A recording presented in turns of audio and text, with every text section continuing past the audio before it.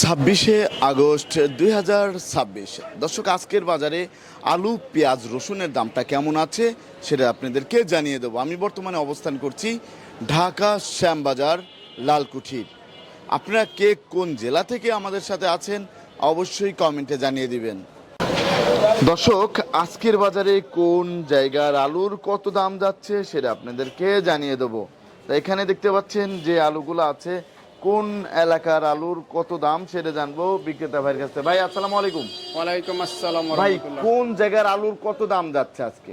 এখন যাচ্ছে বগুড়া 9 মাইল, সেটা যাচ্ছে 19টা 18.5 থেকে 19 টাকা কেজি।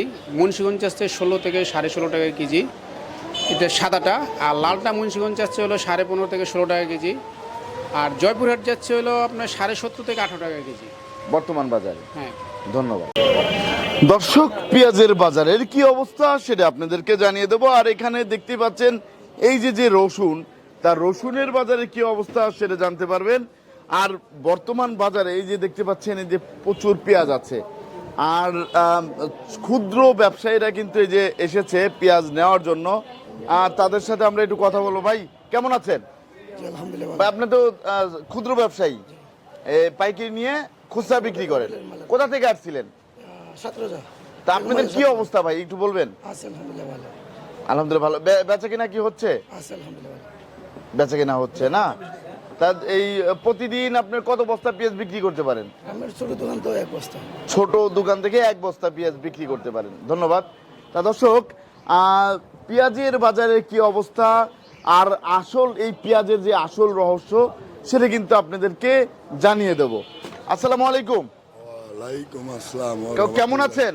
আলহামদুলিল্লাহ ভালো আছি। তা এই যে পেঁয়াজের যে অবস্থা আমরা দেখতে পাচ্ছি, কৃষকরা কি বলতেছে আপনাদের কাছে? আমি একজন প্রবীণ ব্যবসায়িক হিসাবে বলছি যে গত ফেব্রুয়ারি মাসের 22 তারিখে পেঁয়াজ যেসব মোকামে হয়, 13টা ডিস্ট্রিক্টে 91টা থানায় 415টা ইউনিয়নে পেঁয়াজ হয়।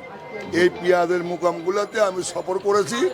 তখনই আসি বলছিলাম, অন্তত 30টা চ্যানেলে বলছিলাম যে আপনার বাংলাদেশে পর্যাপ্ত পরিমাণ পেঁয়াজ হয়েছে। বাংলাদেশের চাহিদা 36 লাখ টন পেঁয়াজ উৎপাদন হয়েছে 52 লাখ টন। বিধায় আপনার পেঁয়াজ এবার বহির্বিশ্বের 1 কেজি পেঁয়াজ বাংলাদেশে লাগবে না। এই দেশের পেঁয়াজ দিয়ে এই দেশে চাহিদা মিটা বহির্বিশ্বে রপ্তানি করতে পারবে, এত পেঁয়াজ এই দেশে হয়েছে। আমার বয়স 65 বছর। আমি অতীতে দেখছি বিঘাভূত আপনার 60 মনের উপর পেঁয়াজ হয়ে দেখি নাই, কিন্তু এইবার বিঘাভূত 90 মন, 95 মন, 100 মন পর্যন্ত ফলন হয়েছে। পর্যাপ্ত পরিমাণ ফলন হয়ে বাংলাদেশের চাহিদার ছায় অতিরিক্ত পেঁয়াজ উৎপাদন হয়েছে, নাহলে 20 লাখ টন। কিন্তু অত্যন্ত পরিতাপের বিষয়, গত মাসের 1 তারিখের 13 তারিখ পর্যন্ত অস্বাভাবিক বৃষ্টি হয়ে ম্যাক্সিমাম কৃষকের চাতালে পেঁয়াজ পৌঁছে গেছে, ম্যাক্সিমাম ব্যাপারীর টাঙে পেঁয়াজ পৌঁছে গেছে। যার জন্য পেঁয়াজের অনেকটা ঘাটতি বর্তমানে হয়ে গেছে দেখা যাচ্ছে। এই হলি আজকের পেঁয়াজের বাজার সর্বোচ্চ 35 টাকা, সর্বনিচে 33 টাকা। আলুর বাজার আজকে সর্বনিম্ন 15 টাকা, 14 টাকা, সর্বোচ্চ 17 টাকা, 18 টাকা।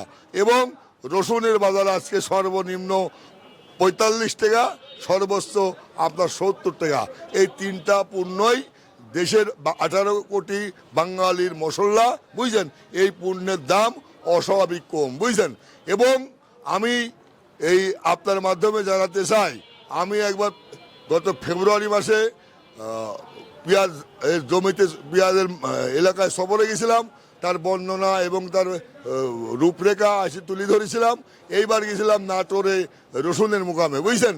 বাংলাদেশে রসুনের চাহিদা প্রায় 21 লাখ টন, তার মধ্যে বাংলাদেশে উৎপাদন হয় 19 লাখ টন, আর বহির্বিশ্বের 2 লাখ টন রসুন আসে। বহির্বিশ্বের 2 লাখ টন রসুন আসে। তার মধ্যে আপনার বাংলাদেশে 9টা ডিস্ট্রিক্টে পেঁয়াজ উৎপাদন হয়। তার মধ্যে আপনার নাটোর ডিস্ট্রিক্টেই প্রায় 50% রসুন উৎপাদন হয়। বাংলাদেশে 19 লাখ টন রসুনের চাহিদা হলে আপনার 8 লাখ টন রসুন নাটোর জেলায় কয়েকটা থানায় উৎপাদন হয়। তার মধ্যে নাটোর জেলার বিশিষ্ট ব্যবসায়িক একজন সেলিম রেজা, উনি বড় ব্যবসায়িক। নাটোর জেলার দ্বিতীয় ব্যবসায়িক হলি হাফেজ মাহতাব আলী, এবং নাটোর জেলার প্রথম কৃষক হচ্ছে সেলিম রেজা। ওনার অন্তত 15-20 বিঘি রসুনের জমি আছে, রসুন উৎপাদন করে। সেকেন্ড কৃষক হচ্ছে হাফেজ মাহাতাব আলী, বুঝছেন। এবার রসুন পর্যাপ্ত পরিমাণ উৎপাদন হয়েছে, তারপরে রসুন ঘাটতে হবে এই জন্য যে রসুন চাঙে কিংবা চাতালে টিকতেছে না, ওয়েস্টেজ হয়ে যাচ্ছে। আজকে আপনার পেঁয়াজের বাজার হচ্ছে সর্বোচ্চ 35 টাকা, সর্বনিম্ন নিচে 32 টাকা। জি জি, এটা নাটোরের রসুন, এটা নাটোরের রসুন, এটা হচ্ছে নাটোরের রসুন। জি, জি। এর বাজার কত গেল আজকে? হ্যাঁ, এটা হচ্ছে নাটোরের রসুন, বিক্রি হচ্ছে 62 টাকা 60 টাকা, মিডিয়াম রসুন এটা 62 টাকা বিক্রি জি, হচ্ছে। জি, এই রসুনটা 62, না? 60 এই রসুনটা জি, 62 জি, টাকা। ওই আর এই পরেরটা পাশে ওটা ফরিদপুরের, এটা হচ্ছে এটা ফরিদপুরের 57, 58, 56 বিক্রি হচ্ছে। 57, 58, 56 বিক্রি জি, জি। হচ্ছে। তারপরে আমরা ওই পাশে আরেকটা জি, রসুন দেখতে পাচ্ছি। জি। এই রসুনটা কোন জায়গা? ওটা বাম সাইডে ওইটা 2 লাটি নাটোরের, একটা বড় একটা ছোট। জি জি, এটা হচ্ছে বড়। জি, ওটা বড় হলে কত যাচ্ছে? 60 টাকা 62 টাকা, 60 টাকা 62 আর টাকা। বামেরটা আর এই বিক্রি হচ্ছে পাশেরটা কুচিটা 50 টাকা 52 টাকা। 50 থেকে 52 টাকা এই কুচি রসুন বিক্রি হচ্ছে, জি। দেখতে পাচ্ছেন। এটা হচ্ছে ছোট ছোট রসুন। আর এই পাশেরটা কোনটা? ফরিদপুরেরটা কত? ফরিদপুরটা বিক্রি হচ্ছে 55, 56 এমন। 55, 56 বিক্রি হচ্ছে জি। বর্তমান বাজারে। জি। তা দর্শক, আপনারা কিন্তু জানতে পাচ্ছেন। আর পেঁয়াজের এই যে লটটা আমরা দেখতে পাচ্ছি, এই লটটা কোন জায়গার?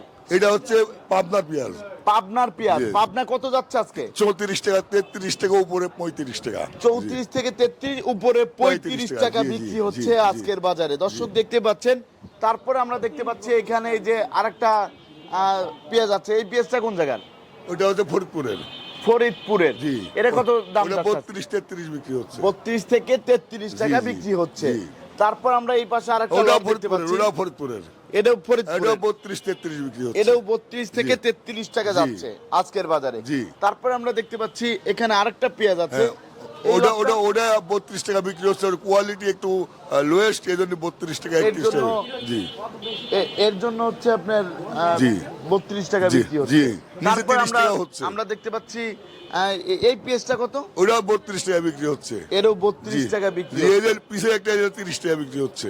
এটা হচ্ছে 30 টাকা। জি, জি। এটা মাত্র 30 টাকা। এটা কোন জায়গার? এটা ফরিদপুরের মাল, একটু লোয়েস্ট কোয়ালিটি। জি জি, একটু জি। লো কোয়ালিটি, এর জন্য জি, জি। 30 টাকা জি, জি, বিক্রি জি। হচ্ছে বর্তমান বাজারে। আসলে পেঁয়াজের দামটা এমন থাকতো না, বুঝছেন। জি, জি, জি। বাংলাদেশে গত মাসের 1 তারিখে 13 তারিখে অস্বাভাবিক বৃষ্টি হয়ে পেঁয়াজে পচে যাওয়ায় পেঁয়াজ কৃষকের চাঙে পচে গেছে, ব্যাপারীর চাতালে পচে গেছে।